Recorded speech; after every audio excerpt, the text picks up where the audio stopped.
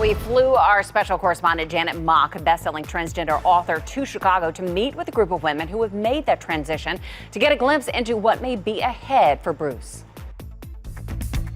What does being a woman mean to you? I'm a woman. That's the only word to describe the feeling, is I feel like a woman, I am a woman. There's no doubt about it. For a long time, trans people have always been defined by what's in between their legs. They have more to offer. You didn't necessarily have family support during your transition. I grew up only knowing straight and gay. I didn't know transgender. I knew cops and Jerry Springer, and I definitely didn't want to be that.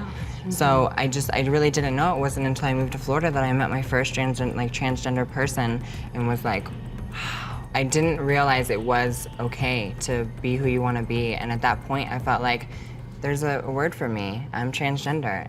Jessica, Kinley, Carmen, and Victory know firsthand what Jenner is facing. There are moments of loneliness, fear, and judgment. How was that journey of coming to womanhood? Oh my gosh, it was such a crazy experience. I was actually dating this guy at the moment when I was living as a confused gay boy. Was that how you identified back then? It was back then. That was how I identified. And he broke up with me because he said I was just too feminine, that it reminded him of a woman. And now you're on a new journey and a new start. And a new start.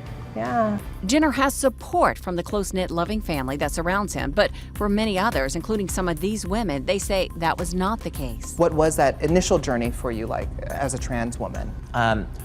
It was very dark and lonely. You know, I ended up homeless on the streets for a couple years.